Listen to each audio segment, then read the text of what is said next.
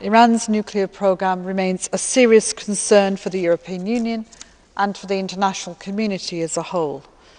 Regrettably, the last IAEA report issued on the 25th of February confirmed Iran's failure to comply with its international obligations.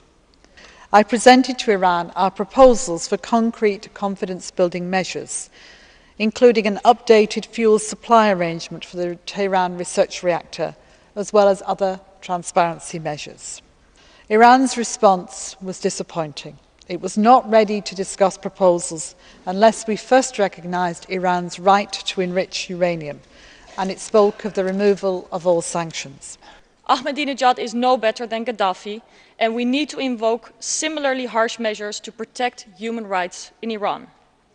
Some might argue sanctions are in place, but these are only focusing on the nuclear issue without rendering the desired results, and in fact risk to become a zero-sum game vis-à-vis human rights. We also need to provide technologies for citizens to communicate freely and to access information.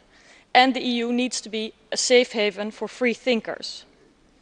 High Representative, let the EU lead on efforts to hold accountable individuals who rape women before execution, so that there is absolutely no chance they may end up in heaven as virgins. Men who shoot dead unarmed youth from rooftops while they walk in the streets.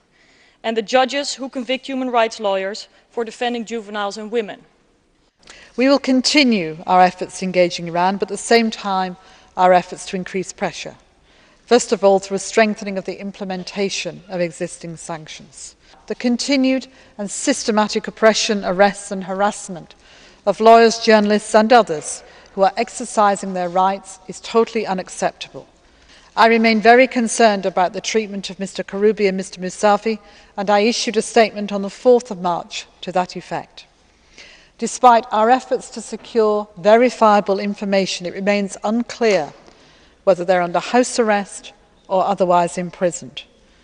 But as the report points out, Zahra Bahrami, a Dutch-Iranian national, was executed in Iran on the 29th of January with no prior notice. Both the execution and the process leading up to it were shocking.